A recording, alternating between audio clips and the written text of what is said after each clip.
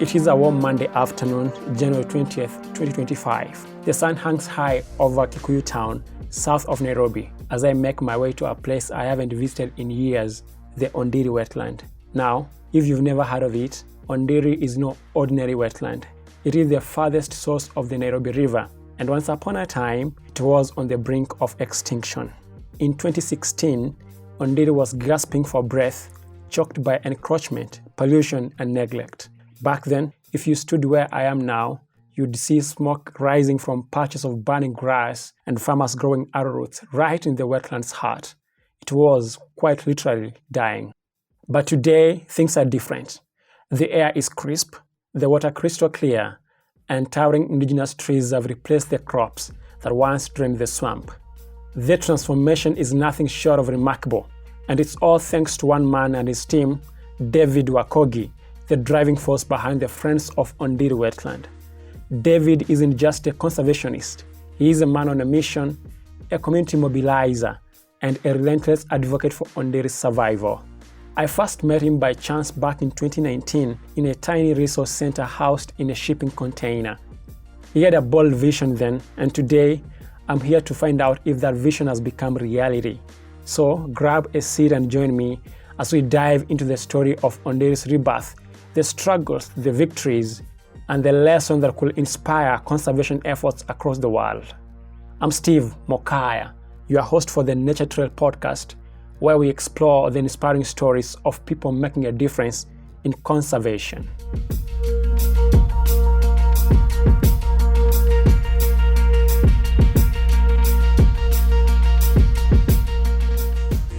Actually, where we stand, this is the farthest source of Nairobi River, and you can see how clean it is. And I'm happy that Steve, you have come back. We were with you here back in 2019. 6 years down the line, you can see the success story. When you came, we had a lot of farmers who had encroached into this wetland. We had a lot of arrowroots that have been planted here. We had a lot of horticultural produce that had been grown here. We had a lot of maize and a lot of other crops that had almost mushroomed the whole of this wetland. And what we did is that we came up with a passive way of or what we can call soft diplomacy, because we embraced agroforestry as a way of encouraging the people to continue farming, but at the same time showing them that there is future, and the future are trees.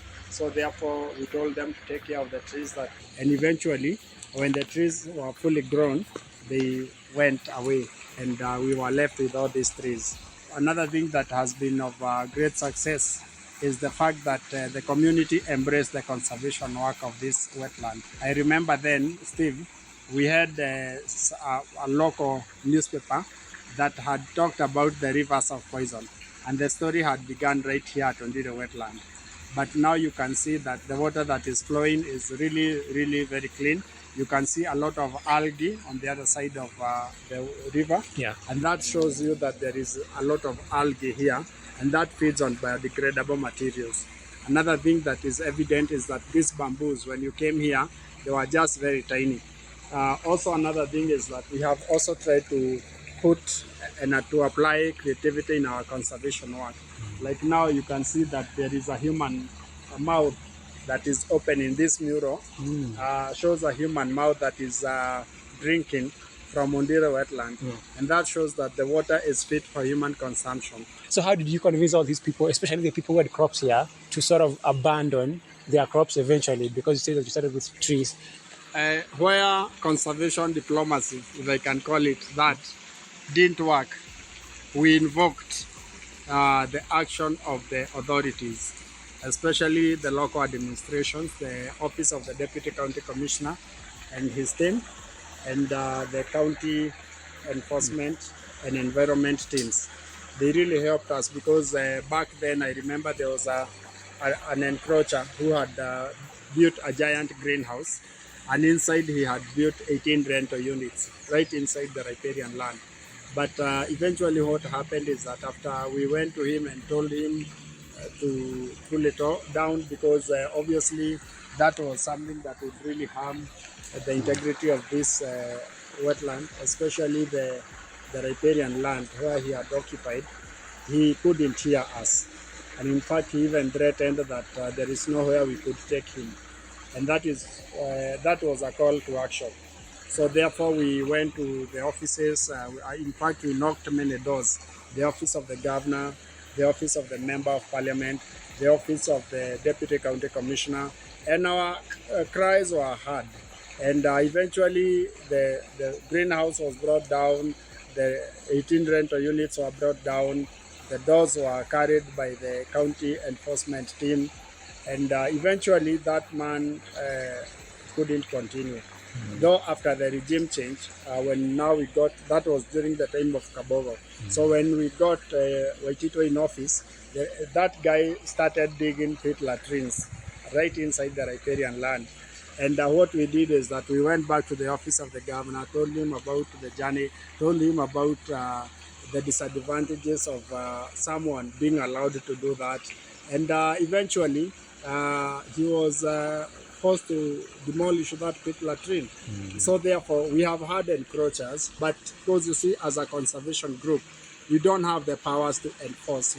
We have very proactive local leadership that is really helping us. Like now, we have a church that has been built. They did encroach into the wetland and the riparian land, and everybody is complaining about it. But now the CEC in charge of environment in Kiambu County has already sent his team and given them a notice of removal. So we are hoping that it is going to happen soon. Actually, now all these people, these incidents of people encroaching in, and you sometimes going to use the authority or using the higher offices, has these efforts sort of brought you problems personally or as a group? Yeah, sometimes our conservation work has been put in jeopardy. Sometimes we have faced a lot of contempt from some of the enemies of conservation. Sometimes we have even had threats that people tell you that nowhere you can take them. They have connections up there. But the good thing about it is that the government is the mother of us all. So if your sibling is fighting you and you go report to your mother, she will always look at where justice is, and that is what has been happening.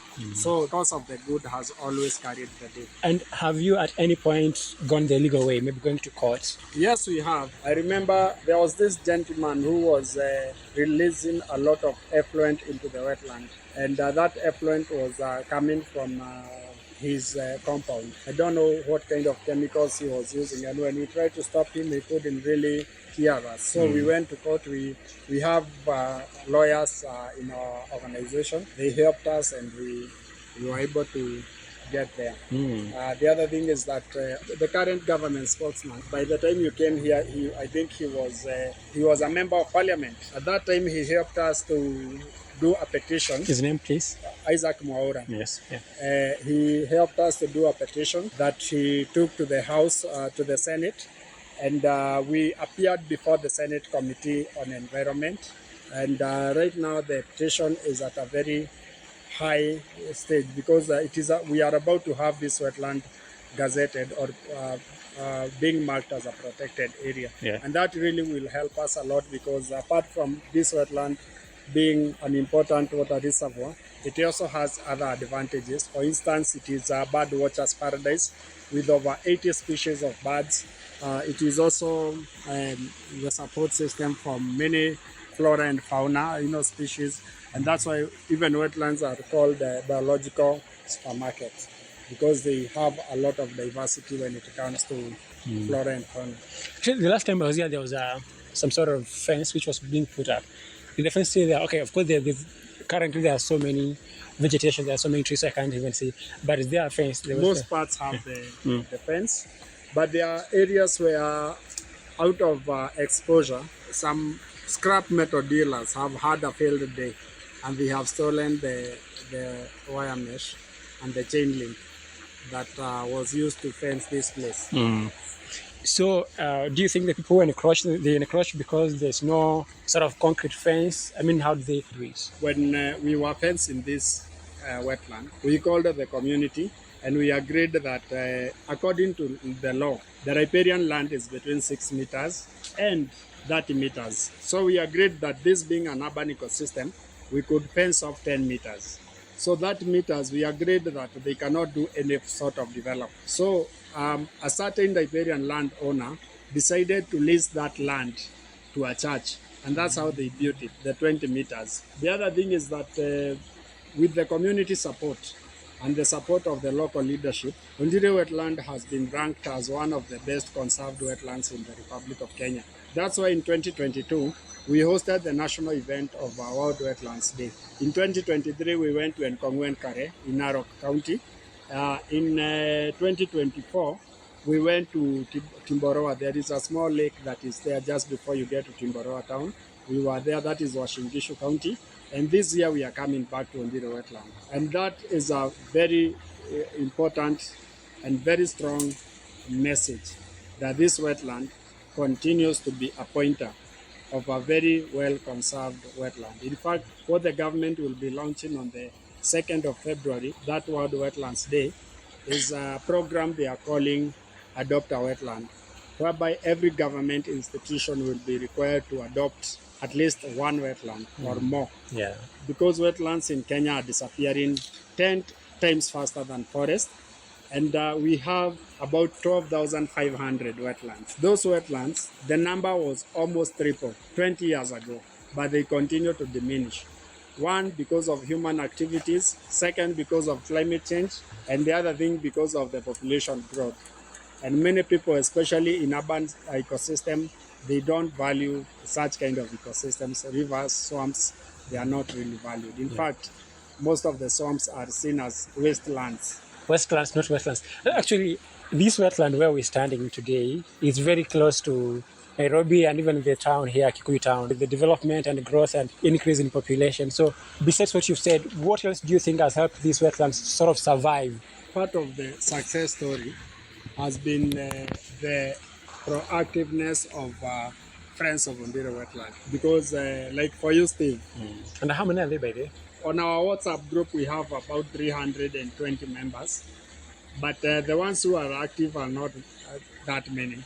But something that has been conspicuous in this wetland is the proactiveness of this organization. In fact, when we began, we had Water Resource Users Association, the RUA. We had, we had many people who are pro the work. But over time, they have been, they have either become fatigued with the work. But since 2016, Steve, we have continued with this message. We have continued with this work. It is a full-time job for us. You remember when you came then, we had very serious cases of perennial fires. These days, they are not there. Yeah. That time, we also had a lot of serious cases of muggings here. Doesn't happen anymore. We had a lot of solid waste that was being dumped here. Now what has happened is that even the community has become monitors of what is happening here. So whenever there is anything that is happening, like on Saturday I was ranked by some guys, they told me that there were some people harvesting trees from this wetland, the ones that we had planted. So after, doing my due diligence, I discovered that they were only removing the blue gum, species. Now that tells you that this is a coalition of the willing that is very, very proactive. And now members have become our own scouts. They are able to tell us when things are going wrong and where and how to counter it. Wow, by the way, you've reminded me, actually, around that time when I came here, back then there was a recent case of fires. So, by the way, what was the cause of that fire and how did such cases of fires disappear? We had a lot of fodder harvesters who are coming here. And those fodder harvesters, their main mission was to come cut grass and take it to their cattle. But now what happened is that every time there was a hardness in the fodder, they would burn it, because, when the fodder was becoming hard and dry, they would burn so that fresh vegetation could grow.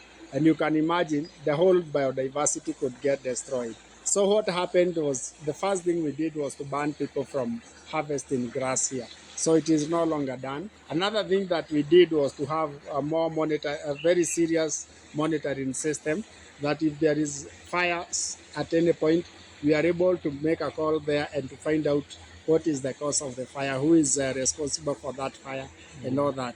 Another thing that has happened is that we have had the government getting more involved, because like now we had the Ministry of Interior on November last year. They came here for the Chief Climate Action. It was being launched here, the national event. Last year we had the National Ecosystem and Landscape Restoration Program. By then it was done by the Ministry of Environment and CS Tuya, Soipan Tuya. It was brought in here. 2022 we had the government bring the the World Wetlands Day national event. So this has really also encouraged to create awareness, because you see, when there is such enhanced awareness creation, everybody will know that this is not a wasteland that we can just go and do whatever we want. This is a land that has people who monitor. They are able to know what is happening, and whoever is being caught will be responsible, will be held responsible for what they are doing. Yeah, how great. And when I came, of course, there was very clean water, but it was not, the volume was not as much as it is now. Yes. So what happened? We have had a lot of rains, especially last year. We had very heavy downfalls that really helped to increase, because this wetland stands at 2,000 meters above sea level. Kikuyu town stands at about 2,100 meters above sea level. And you can see that the surrounding land is, on a higher ground. So a lot of water come here, especially the storm water.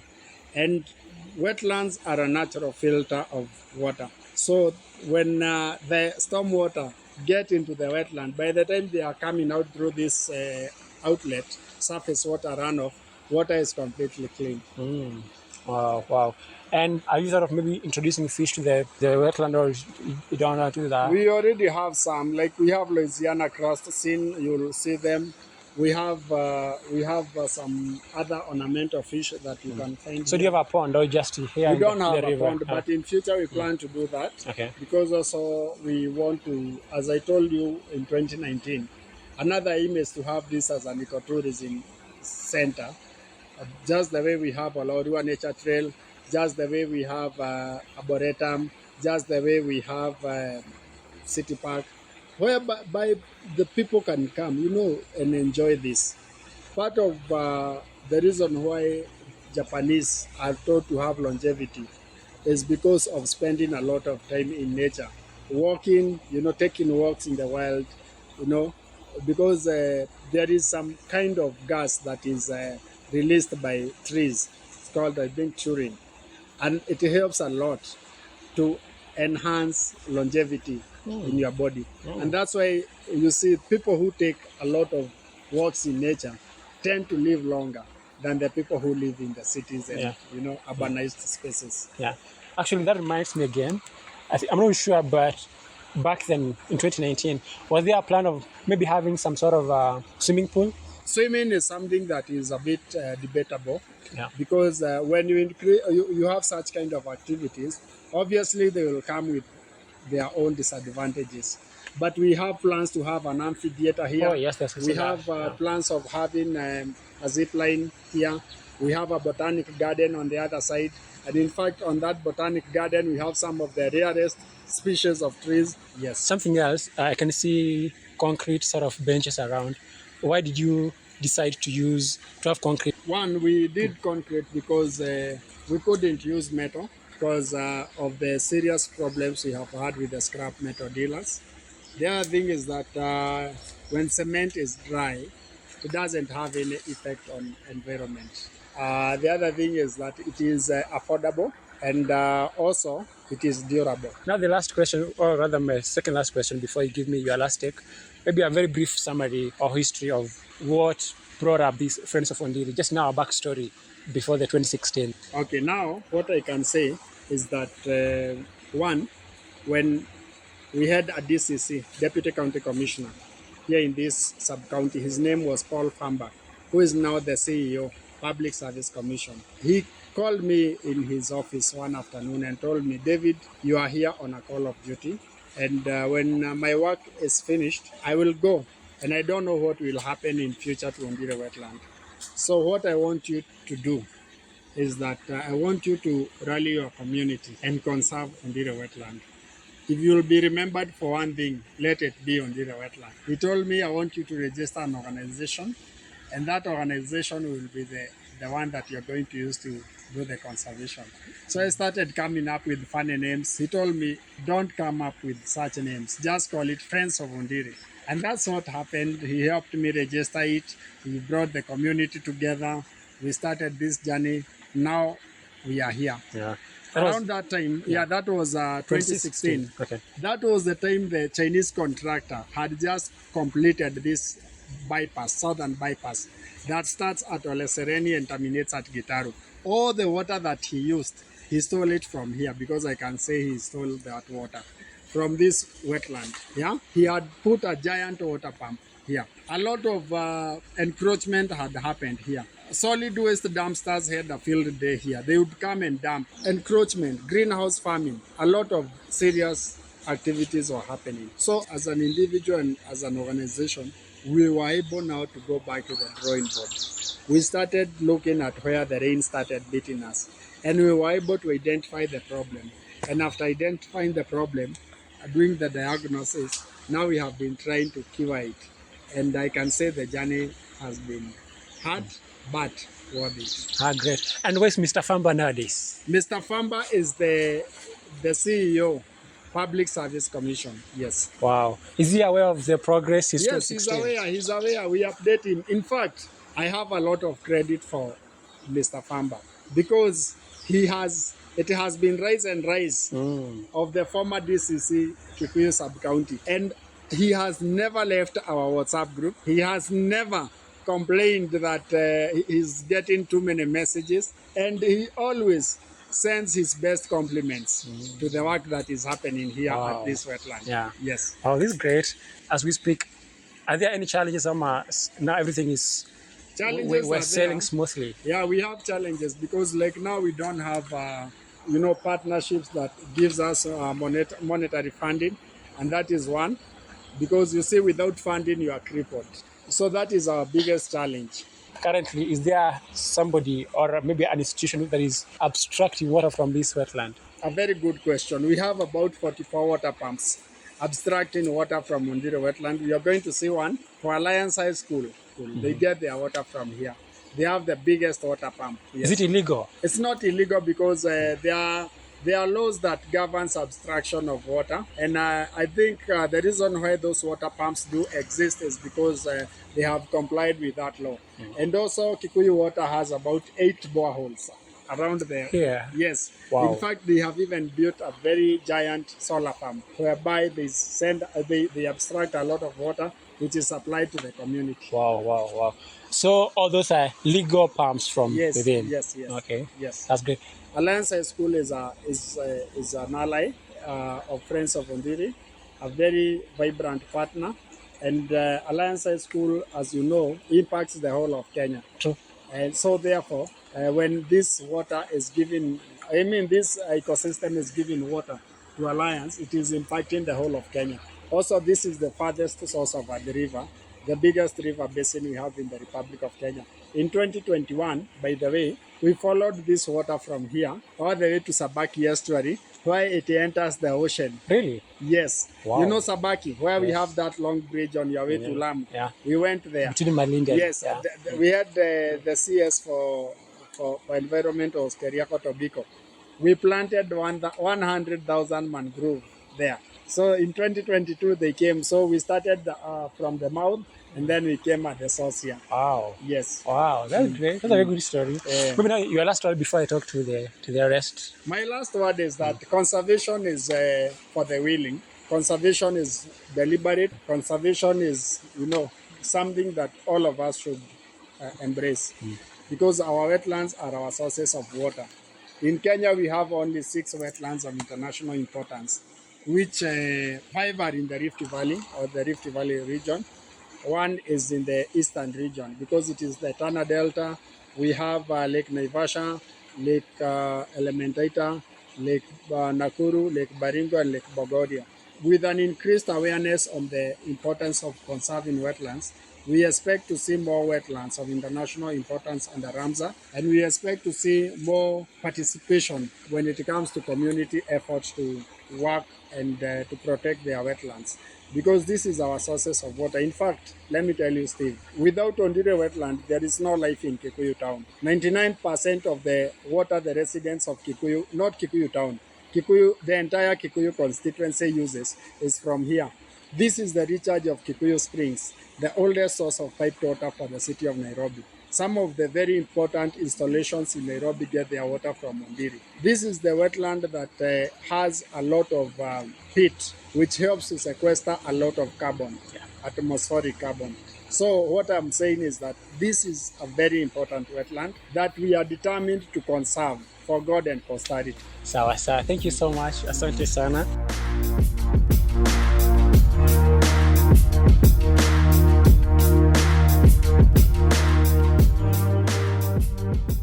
So here we are, standing on the banks of what was once a dying wetland and is now a thriving ecosystem. Ondiri's story isn't just about conservation, it is about persistence, community, and the unwavering belief that nature, when given a chance, will bounce back. David Wakogi and his team have faced it all: resistance, threats, and bureaucracy. But they've proven that with patience and dedication, change is possible. Of course, the journey isn't over. Challenges still loom: illegal encroachment, funding gaps, and climate change continue to threaten the wetland's fragile balance. But if there is one thing Ondiri teaches us, is this: conservation isn't a one-time act, it is a lifelong commitment. And here's the thing: every wetland, every forest, and every river has its own story, waiting for people like you and me to step in and write the next chapter. So, what's stopping you? I'm Steve Mokaya, and this has been the Nature Trail podcast. Thanks for listening, and remember, every small effort counts. Let's keep showing up for our planet.